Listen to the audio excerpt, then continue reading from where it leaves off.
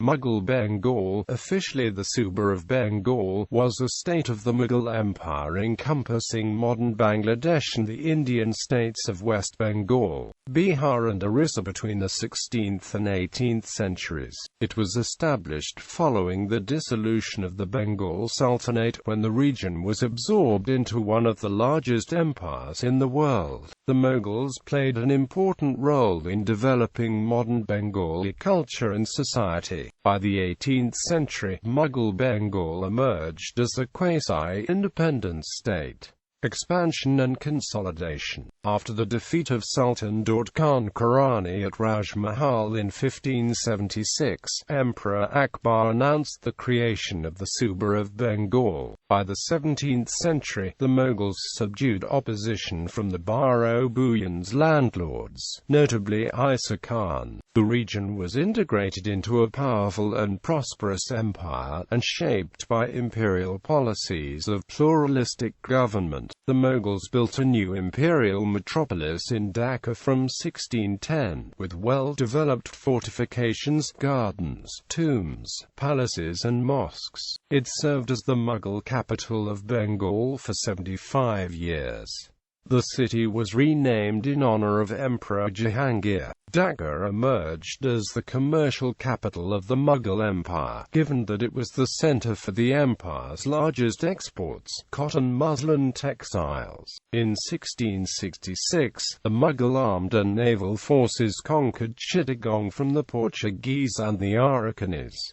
The city was renamed as Islamabad. The Chittagong Hill Tracts frontier region was made a tributary state of Mughal Bengal, and a treaty was signed with the Chakma Circle in 1713. Between 1576 and 1717, Bengal was ruled by a Mughal viceroy. Members of the imperial family were often appointed to the position, with two Bengal viceroys becoming the Mughal emperor themselves. In 1717, the Mughal court upgraded the viceroy's position to the hereditary Nawab of Bengal, establishing the province as a quasi-independent state under imperial suzerainty. Agrarian reform and Islamization. The Mughals launched a huge cultivation scheme in fertile Bengal Delta that transformed the demographic makeup of the province. The government cleared vast swathes of forest in the fertile Bhatti region to expand farmland.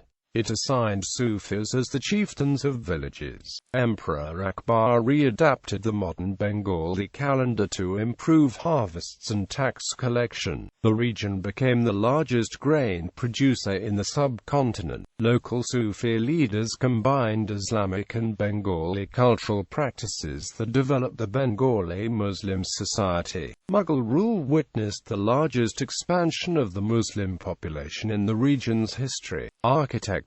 Mughal architecture proliferated Bengal in the 16th, 17th and 18th centuries, with the earliest example being the Kaira Mosque in Bogra. They replaced the earlier Sultanate style of architecture. It was in Dhaka that the imperial style was most lavishly indulged in. Located on the banks of the Berigama River, the old Mughal city was described as the Venice of the East. Its Lalbagh fort was an elaborately designed complex of gardens, fountains, a mosque, a tomb, an audience hall and a walled enclosure with gates. The Great Caravanserai and Shaista Khan Caravanserai in Dhaka were centers of commercial activities. Other monuments in the city include the Dant Mundi Shahi Eidgah, the Sat Gambuj Mosque, the Shahbaz Khan Mosque and the Khan Muhammad Maria Mosque. The city of Murshidabad also became a haven of Mughal architecture under the Nawabs of Bengal, with the Caravanserai Mosque being its most prominent monument. In rural hinterlands, the indigenous Bengali Islamic style continued to flourish, blended with Mughal elements.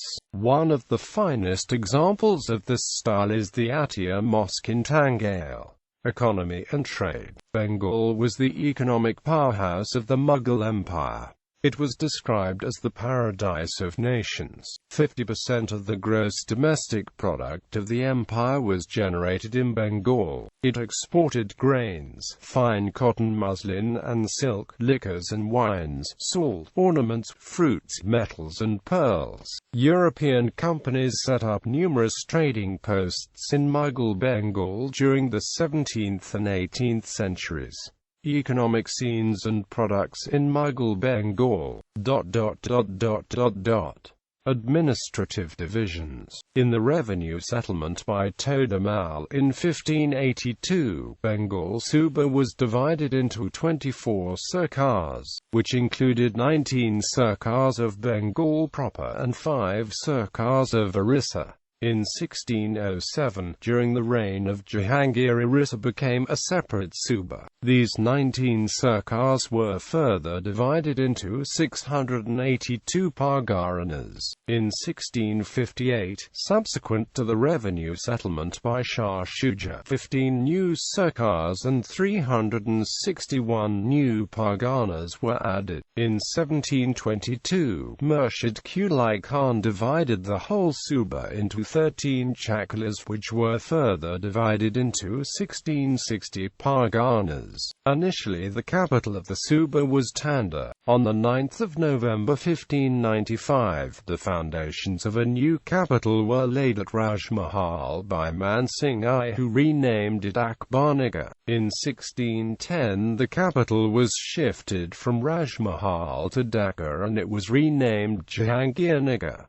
In 1639, Shah Shuja again shifted the capital to Rajmahal. In 1660, Muazzam Khan again shifted the capital to Dhaka. In 1703, Murshid Quli Khan, then Divan of Bengal, shifted his office from Dhaka to Maqsoodabad and later renamed it Murshidabad. The sarkars and the parganas of Bengal Subah were government. The state government was headed by a viceroy appointed by the Mughal emperor between 1576 and 1717. The viceroy exercised tremendous authority, with his own cabinet and 4 prime ministers. The 3 deputy viceroys for Bengal proper, Bihar and Orissa were known as the Naib Nazams. An extensive landed aristocracy was established by the Mughals in Bengal.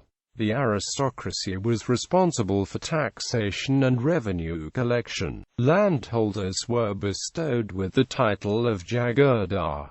The Qadi title was reserved for the chief judge. Mansabdars were leaders of the Mughal army, while Faujas were generals. The Mughals were credited for secular pluralism during the reign of Akbar, who promoted the religious doctrine of Din-i-Ilahi. Later rulers promoted more conservative Islam. In 1717, the Mughal government replaced Viceroy Azim of Shan due to conflicts with his influential deputy viceroy and Prime Minister Murshid Quli Khan. Growing regional autonomy caused the Mughal court to establish a hereditary principality in Bengal, with Khan being recognized as the Nawab. He founded the Naziri dynasty. In 1740, following the Battle of Giria, Alawadi Khan staged a coup and founded the short-lived Afsar dynasty. List of viceroys. List of Nawabs. Decline. The authority of the Mughal court rapidly disintegrated in the 18th century, especially after the invasion of Nader Shah. In Bengal, the system saw most wealth hoarded by the elites, with low wages for manual labor. The ruling class became increasingly embroiled in corruption. The Nawabs of Bengal entered into treaties with numerous European colonial powers, including officials and joint stock companies representing Britain, Austria, Denmark, France and the Netherlands. By the late 18th century, the British East India Company emerged as the foremost military power in the region, defeating the French allied Siraj-ud-Daulah at the Battle of Plassey in 1756. 1857, that was largely brought about by the betrayal of the Nawab's once trusted general Mir Jafar. The company gained administrative control over the Nawab's dominions, including Bengal, Bihar and Orissa. It gained the right to collect taxes on behalf of the Mughal court after the Battle of Buxar in 1765. Bengal, Bihar and Orissa were made part of the Bengal Presidency and annexed into the British colonial empire in 1793. The Indian Mutiny of 1857 formally ended the authority of the Mughal court. When the British Raj replaced company rule in India, other European powers also carved out small colonies on the territory of Mughal Bengal, including the Dutch East India Company's Dutch Bengal settlements, the French colonial settlement in Chandernagore, the Danish colonial settlement in Serampore and the Austro-Hungarian Ostend Company's settlement in Bankipur.